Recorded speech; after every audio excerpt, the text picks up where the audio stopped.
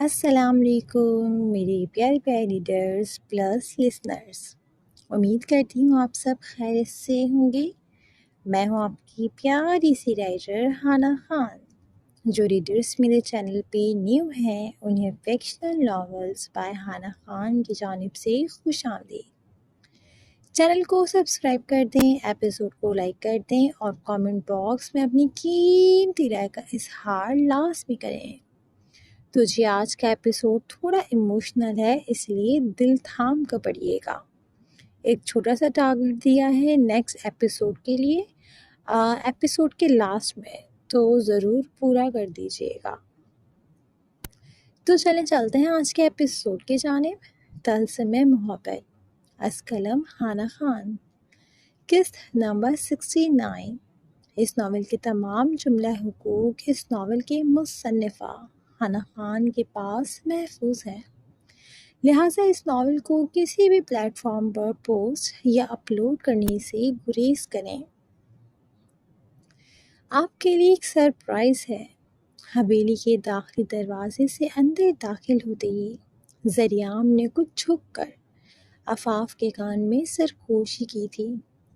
انداز کچھ پرجوش سا تھا، جیسے وہ عفاف کی طرف سے ایک حیرانگی بھرے رد عمل کا منتظر ہو، جس پر عفاف نے کچھ تعجب سے اس کی جانب دیکھا، جیسے کہنا چاہ رہی ہو آپ کی طرف سے ایسے مت دیکھیں، یہ سرپرائز ابتسام اور شاویز کی جانب سے ہے۔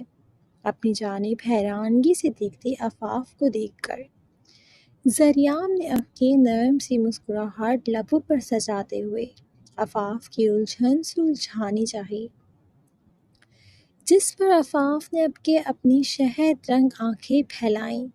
دوسری جانب عفاف کے آنکھیں پھیلانے پر ذریعام زور سے ہنس پڑا۔ وہ مان چکا تھا کہ اس کے حصار میں موجود لڑکی کی آنکھیں بولتی تھیں، جبکہ ذریعام کے یوں ہنسنے پر عفاف چھیپتے ہوئے ادھر ادھر دیکھنے لگی۔ حویلی کے اندر داخل ہوتے ہی عفاف ذریعام کی گود میں بری طرح مچلی، کیونکہ اس وقت لاؤنج میں سب بڑے بھی موجود تھے۔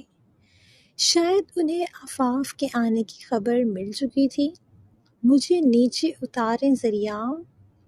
عفاف کے مچلنے پر ذریعام اس کے گرد گرفت مضبوط کرتے ہوئے مضبوط قدموں سے آگے بڑھا۔ اس کی سبز آنکھوں میں شرارت سی چمکی تھی۔ اسے عفاف کا یہ جنگلی بلی والا روپ پسند آیا تھا۔ ارے میرا چھوٹا سا بچہ گر جائے گا، ذریعام نے مسکراہٹ ضبط کرتے ہوئے عفاف کو مزید چھیڑنے کے لیے کہا، جس پر جہاں عفاف نے اسے بری طرح گھورا تو وہیں اگلے ہی لمحے ذریعام اسے شرافت سے نیچے اتار چکا تھا۔ کوئی بعید نہیں تھی کہ عفاف ملک اس کے بال نوچ لیتی یا پھر گھما کر الٹے ہاتھ کا مکہ جڑ دیتی، کیونکہ اس کی بہادری کے نظارے وہ خود اپنی آنکھوں سے دیکھ چکا تھا۔ اور یوں سب کے سامنے سردار ذریعام خانزادہ اپنی بیوی کے ہاتھوں مار کھاتا اچھا تھوڑی لگتا۔ ذریعام نے منہ بناتے ہوئے عفاف کو احتیاط سے نیچے اتارا اور اگلے ہی پل اس کی کمر کے گرد اپنا بازو رکھتے ہوئے اسے سہارا دیا تھا۔ یوں کہہ لیں کہ عفاف اپنے پیروں پر تو کھڑی تھی، لیکن ذریعام کے سہارے، جس پر عفاف نے چڑھتے ہوئے ذریعام کی جانب دیکھا تھا۔ میرے پاؤں صحیح سلامت ہیں سردار صاحب، عفاف نے دانت کچکچاتے ہوئے ذریعام کے ہاتھ پر چٹکی کاٹی۔ اس شخص نے اسے تنگ کر کے رکھ دیا تھا، جس پر ذریعام نے آنکھیں چھوٹی کر کے عفاف کو گھورا۔ بہت زور سے چٹکی کاٹی تھی اس نے، اور پھر دل چلاتی مسکراہٹ لبوں پر سجاتے عفاف کی کمر پر گرفت اور مضبوط کی۔ زیادہ ہیروئن بن رہی تھی۔ ذریعام نے آنکھیں گھمائیں، جبکہ عفاف نے نفی میں سر ہلاتے گہرا سانس لیا۔ عجیب بندہ اس کے متھے پڑا تھا، جس سے بحث کرنا ہی بیکار تھی۔ تبھی سر جھٹک گئی اور ایک غصے بھری نظر زریام پر ڈالتے ہوئے اس کے سہارے آہستہ قدموں سے اندر کی جانب بڑھی۔ جو بھی تھا ابھی وہ اپنے سہارے چلنے سے قاصر تھی۔ عفاف کو اندر داخل ہوتے دیکھ کر لاؤنج میں بیٹھے سب مکین کھڑے ہو چکے تھے۔ پریحان اور عنایا کا چہرہ کھل چکا تھا تو وہیں وفا اور حورالعین بھی مسکرا دیں تو نوران نے بے یقین نظروں سے سامنے سے آتی لڑکی کی جانب دیکھا جو ہو بہو اس کا عکس تھی۔ اتنی مشابہت! نوران شہد رنگ نم آنکھوں میں ڈھیر و حیران کے لیے اپنے لبوں پر ہاتھ رکھا۔ دل بری طرح دھڑکا تھا۔ اس کے سامنے اس کی بہن، اس کا خون تھی، جس کی نظر شاید اب تک نوران پر نہیں پڑی تھی۔ نوران کے ساتھ کھڑے شاویز نے مسکراتے ہوئے نوران کے گرد حصار قائم کیا، جس پر نوران نے مسکراتے ہوئے اس کی جانب دیکھا۔ یہ مسکراہٹ کچھ مختلف تھی، جیسے صدیوں بعد کسی بھٹکتے پیاسے مسافر کو ایک میٹھے پانی کا کنواں ملا ہے۔ ہاں، نوران ملک کو آج اس کی زندگی کی سب سے قیمتی چیز ملی تھی، اس کی بہن، اس کی گڑیا۔ جبکہ اون خانزادہ اپنی آنکھوں پر اینک درست کرتے ہوئے لاٹھی پر زور دیے عفاف کی جانب بڑھے۔ دائس نے انہیں سہارا دینا چاہا لیکن وہ ہاتھ اٹھاتے انکار کر چکے تھے۔ آج وہ کچھ زیادہ ہی برے لگے تھے، ورنہ ان کا رعب و دبدبہ آج تک کم نہیں ہوا تھا۔ شاید ضمیر کی گئی ملامتیں انہیں جینے نہیں دے رہی تھیں۔ اون خانزادہ لاٹھی پر زور دیتے ہوئے عفاف کی طرف آئے۔ نم آنکھوں سے اس کے آگے ہاتھ جوڑ گئے۔ وہ مرنے سے پہلے اس چھوٹی سی لڑکی سے اپنی غلطی کی معافی مانگ لینا چاہتے تھے، جس نے ان کی عزت کا بھرم رکھا تھا۔ وہ پہلے بھی مانگنا چاہتے تھے لیکن ان کی انا نے انہیں ایسا کرنے سے روکا تھا۔ کہیں نہ کہیں انہیں یہ پچھتاوا اندر ہی اندر کھا رہا تھا کہ عفاف کو حویلی سے بے دخل کرنے میں ان کا زیادہ ہاتھ تھا۔ اگر وہ اس وقت یزدان کا ساتھ دیتے تو آج وہ سب اس طرح خوار نہ ہوتے، اور پھر زریام سے نکاح کرنے کے لیے بھی تو عفاف پر انہوں نے ہی زور ڈالا تھا، جس پر اس بچی نے ان کا بھرم رکھا تھا۔ اور نتیجہ کیا نکلا؟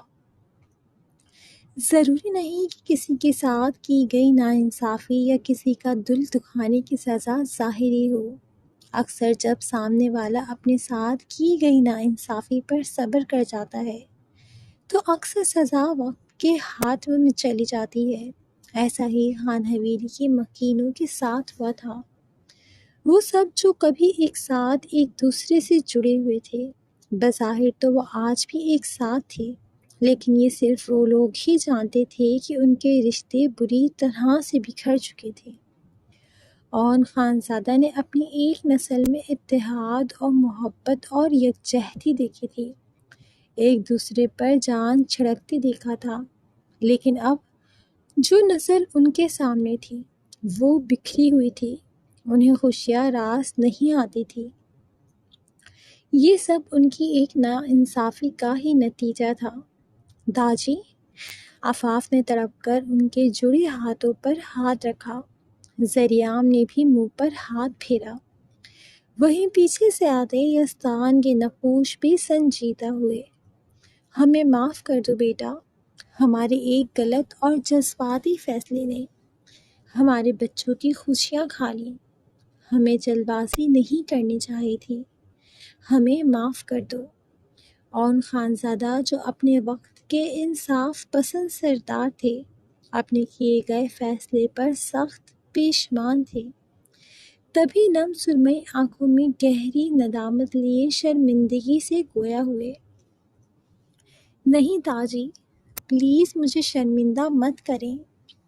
عفاف نے ان کے ہاتھوں کو تھامے نفی میں سر ہلاتے ہوئے اور گردن موڑتے ہوئے مدد طلب نظروں سے اپنے پیچھے کھڑے بابا جان یزدان خانزادہ کی جانب دیکھا۔ بابا جان، آپ؟ نہیں دانی، ہمیں بولنے دو ورنہ ہمارا دل پھٹ جائے گا۔ اور خانزادہ نے یزدان کو آگے بڑھنے سے روکتے ہوئے نفی میں سر ہلا کر التجا سے کی تھی۔ ہمارے ایک غلط فیصلے نے اس بچی سے اس کا بچپن چھین لیا۔ آئلین تو بچی تھی، ہم تو بڑے تھے،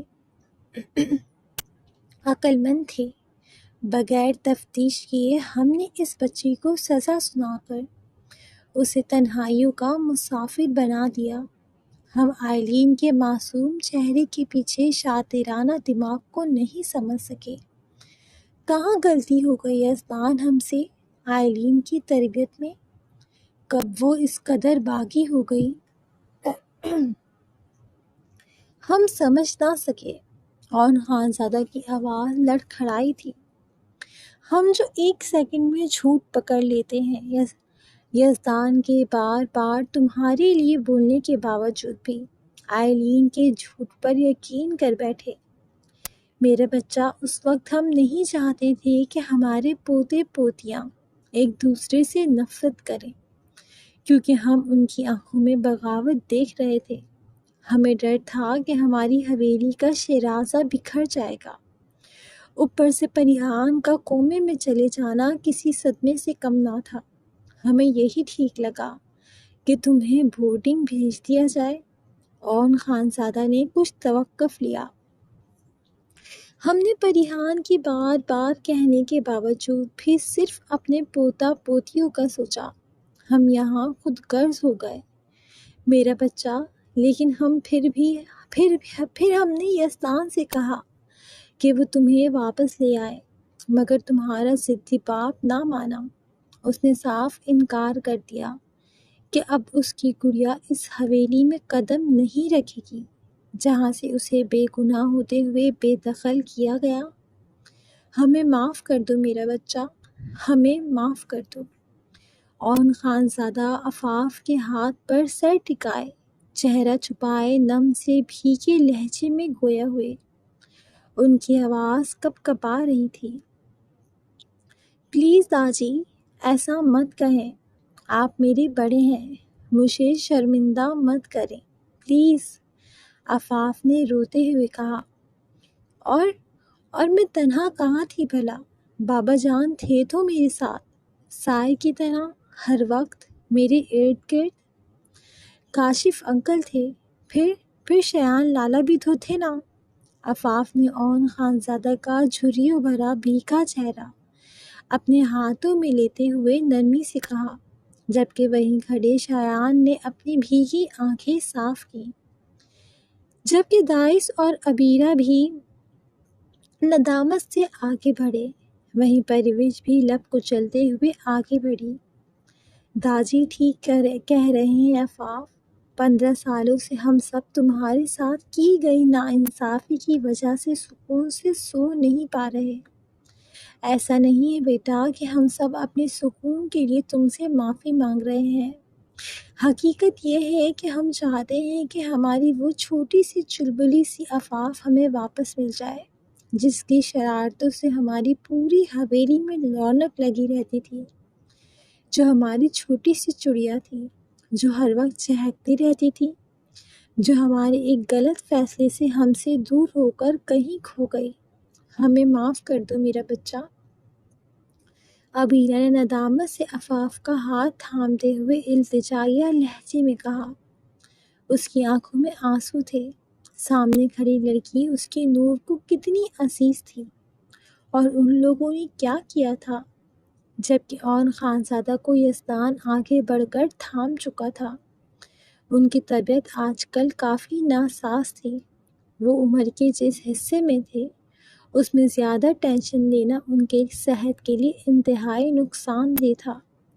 لیکن جب سے عفاف حویلی چھوڑ کر گئی تھی، تب سے ان کی ایک ہی ضد تھی کہ عفاف کو واپس لایا جائے۔ آپ پلیز ایسے مت کریں، میں نے آپ سب کو معاف کر دیا ہے۔ مجھے آپ سب سے کوئی شکوہ نہیں ہے۔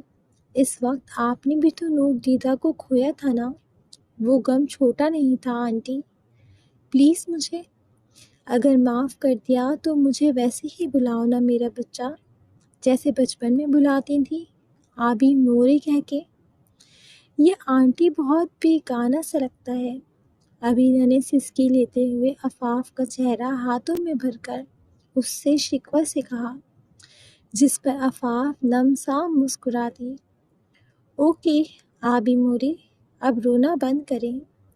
عفاف نے نرمی سے عبیرہ کے آنسو صاف کرتے ہوئے کہا اور اس کے سینے سے لگ گئی۔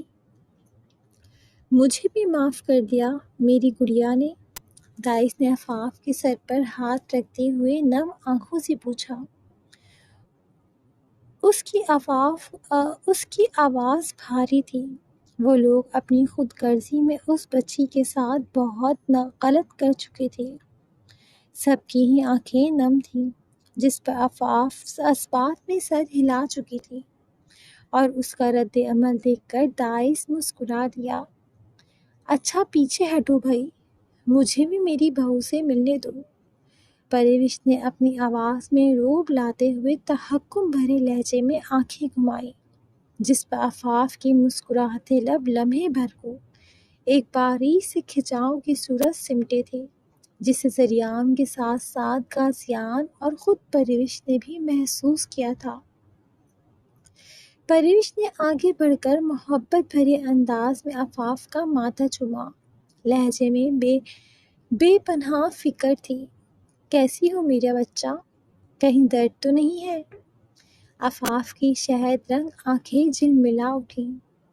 پروش کے منہ سے نکلے الفاظ اور ان کی محبت دیکھ کر اس کا دل پگھلنے لگا تھا، مگر کچھ لمحوں کے لیے اس کے کانوں میں وہ لفظ گونجے جو اس نے پروش کے لبوں سے سنے تھے، جو اس نے ذریعام سے کہے تھے، تو اس کے دل میں بدگمانی سے سر اٹھانے لگی، جس پر وہ اگلے ہی لمحے قابو پا چکی تھی۔ میں ٹھیک ہوں آنٹی، عفاف نے مدھم آواز میں کہا۔ خبردار، یہ کیا آنٹی آنٹی لگا رہی ہے؟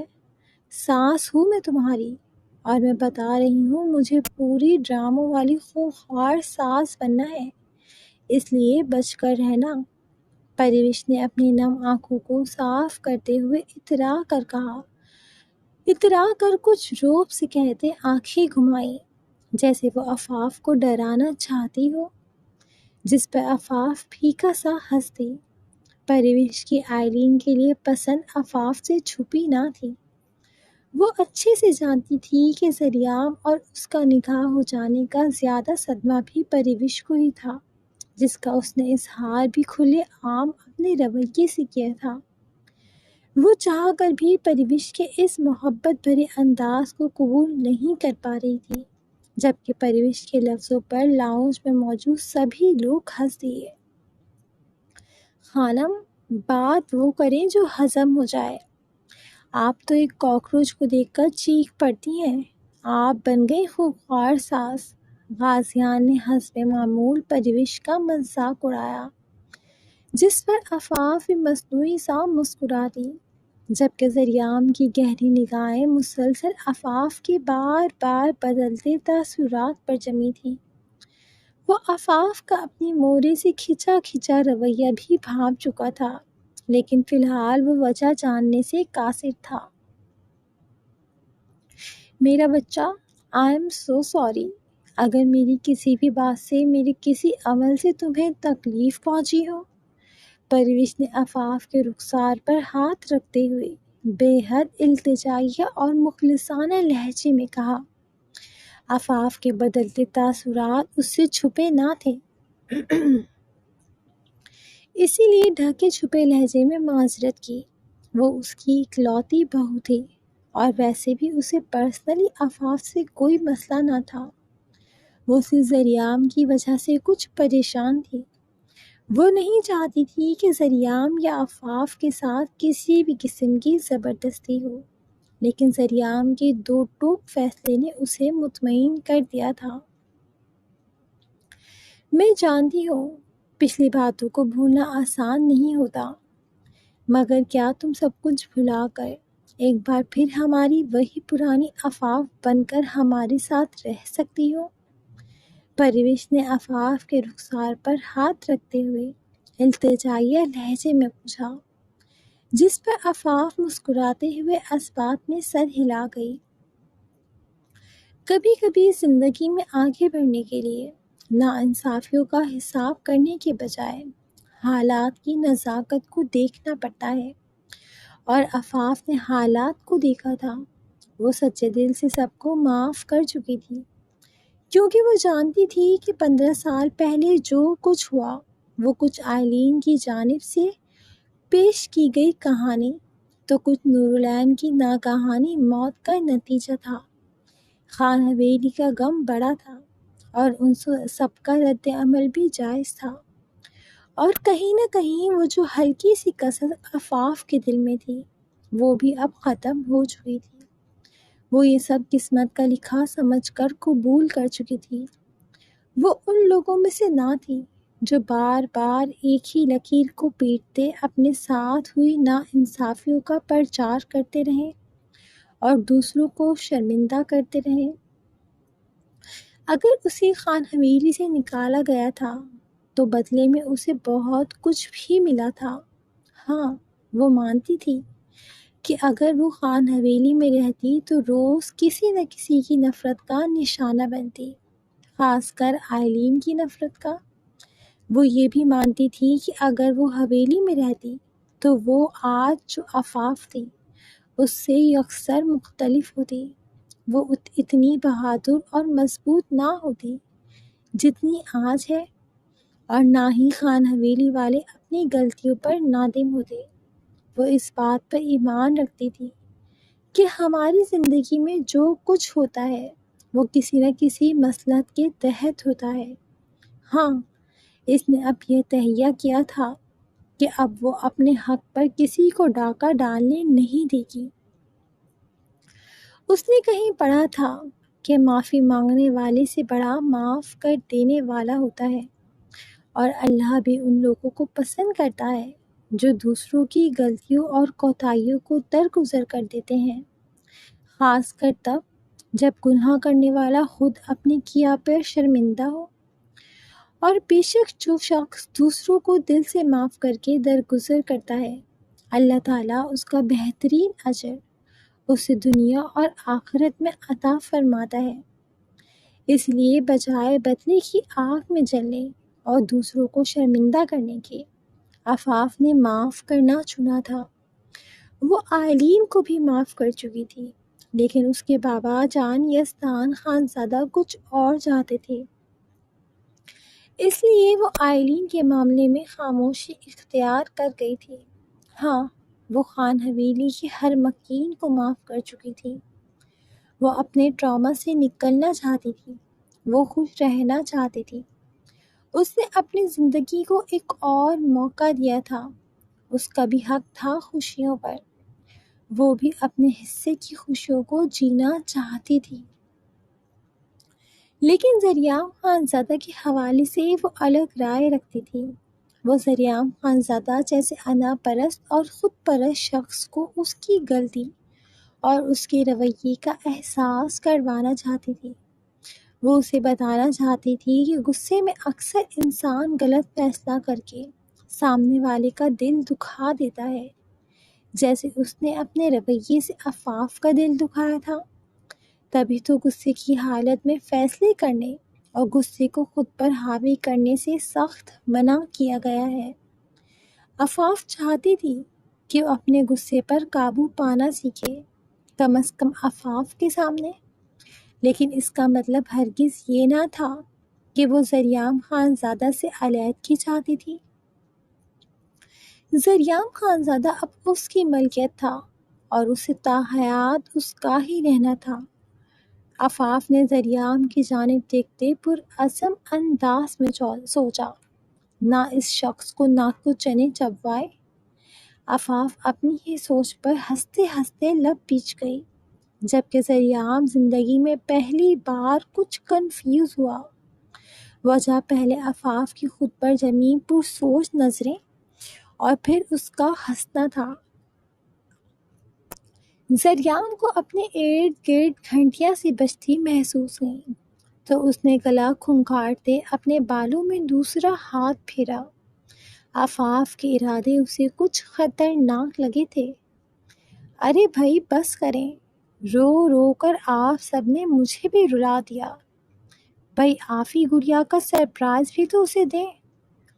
شایان نے ماحول پر چھائے افسردہ فضو کو کم کرنے کی کوشش کرتے کچھ شوقی سے کہا، جس پر حور العین اور پریحان نے زور زور سے سر ہلایا تھا۔ وہ سب آفاف کا ری ایکشن دیکھنا چاہتے تھے، جبکہ آفاف نے نم آنکھوں کو صاف کرتے کچھ تعجب سے شایان کی جانب دیکھا۔ اب کہ اسے بھی کچھ تجسس ہوا تھا کہ ایسا بھی کیا تھا جو سب اس طرح ایکسائٹڈ تھے۔ تو بھائی ہماری چھوٹی سی سردارنی صاحبہ اپنا دل تھام لیں اور سردار صاحب اپنی جانب کو کچھ مضبوطی سے پکڑ لیں، ایسا نہ ہو یہ لڑکھڑا جائیں۔ شایان نے گلا کھنکھاڑتے پہلے کچھ شرارتی سے لہجے میں آفاف کی جانب دیکھتے ہوئے کہا، پھر ذو معنی انداز میں ذریعام کو آنکھ ونک کرتے ہوئے کہا، جس پر ذریعام نے اسے آنکھیں دکھائیں، جس پر وہ قہقہ لگا کر ہنس دیا۔ وہیں آفاف نے سرخ پڑتے دانت کچکچائے۔ لمحوں میں وہ سب کا موڈ خوشگوار کر چکا تھا۔ تو مسز ذریعام خانزادہ، ان سے ملیں، یہ ہے مسز شاویز شہروز۔ شایان نے ڈرامائی انداز میں ہاتھ کے اشارے سے اس جانب اشارہ کیا جہاں شاویز کے حصار میں ایک نازک سی لڑکی نم آنکھیں لیے کھڑی تھی۔ آفاف کو شدید قسم کا جھٹکا لگا، اس لیے نہیں کہ شاویز کے ہمراہ وہ لڑکی اس کے پہلو میں کھڑی تھی جس کا تعارف شایان نے بطور مسز شاویز کروایا تھا، بلکہ یہ حیرت کا جھٹکا آفاف کو سامنے کھڑی لڑکی کی مماثلت نے لگوایا تھا۔ وہ ہو بہو آفاف جیسی ہی تو تھی، ویسے ہی شہد رنگ آنکھیں، ویسے ہی شہد رنگ بال اور نقوش۔ آفاف نے ڈگمگاتے قدموں سے ذریعام کے دوسرے ہاتھ کی مضبوط کلائی پر گرفت مضبوط کی۔ شہد رنگ آنکھیں لبالب آنسوں سے بھری تھیں۔ یہ کیسا اتفاق تھا؟ نہیں، اتفاق نہیں، معجزہ۔ آفاف کا دل زور زور سے دھڑکا۔ اس نے بے ساختہ گردن موڑ کر یزدان خانزادہ کی جانب دیکھا، جس کے لب مسکرا اٹھے تھے، اور آفاف رو دی۔ جو بات دل و دماغ کہہ رہے تھے، اس کے بعد کچھ بچا ہی نہ تھا۔ سامنے کھڑی لڑکی اس کا عکس تھی، یا پھر شاید وہ اس لڑکی کا عکس تھی، جبکہ دوسری جانب نوران کا بھی یہی حال تھا۔ وہ تو باقاعدہ لرز رہی تھی، جسے شاویز نے تھاما ہوا تھا۔ صدیوں بعد جیسے نوران کو اپنے وجود کا بچھڑا حصہ ملا تھا، کوئی بہت اپنا ملا تھا۔ وہ آنکھوں پر ہاتھ رکھے رو پڑی۔ میری گڑیا، میری بہن۔ نوران کے لبوں نے بھی آواز جنبش کی کہ شاویز نے نم سا مسکراتے اس کی کمر رب کرتے اسے حوصلہ دیا، جبکہ یزدان مضبوط قدموں سے آفاف کی جانب بڑھا، جسے ذریعام متاع حیات کی مانند مضبوطی سے تھامے کھڑا تھا۔ یزدان مغروریت سے مسکرا دیا۔ ایک بیٹی کے باپ کے لیے سب سے پرسکون بات ہی یہ ہوتی ہے کہ اس نے اپنی جان سے پیاری بیٹی مضبوط ہاتھوں میں سونپی ہے، اور یزدان اس معاملے میں بہت قسمت والا تھا کہ اس کی دونوں بیٹیوں کے محافظ مضبوط مرد تھے۔ گڑیا، یہ نوران ملک ہے، ابراہیم ملک کی بڑی بیٹی اور آپ کی بڑی بہن۔ یزدان نے آفاف کے گرد حصار بناتے، اسے سینے سے لگاتے، اس کا سر تھپ تھپاتے، نرمی سے کہتے نوران کا تعارف کروایا، جس پر آفاف نے نم بے یقین نظروں سے یزدان کی جانب دیکھا۔ ذریعام نہ چاہتے ہوئے بھی اپنا ہاتھ آفاف کی کمر سے ہٹا چکا تھا، جبکہ اس کی مضبوط کلائی اب بھی آفاف کی گرفت میں لاشعوری طور پر قید تھی، جسے آفاف نے اب تک نہیں چھوڑا تھا، جس پر وہ دل فریبی سے مسکرا دیا۔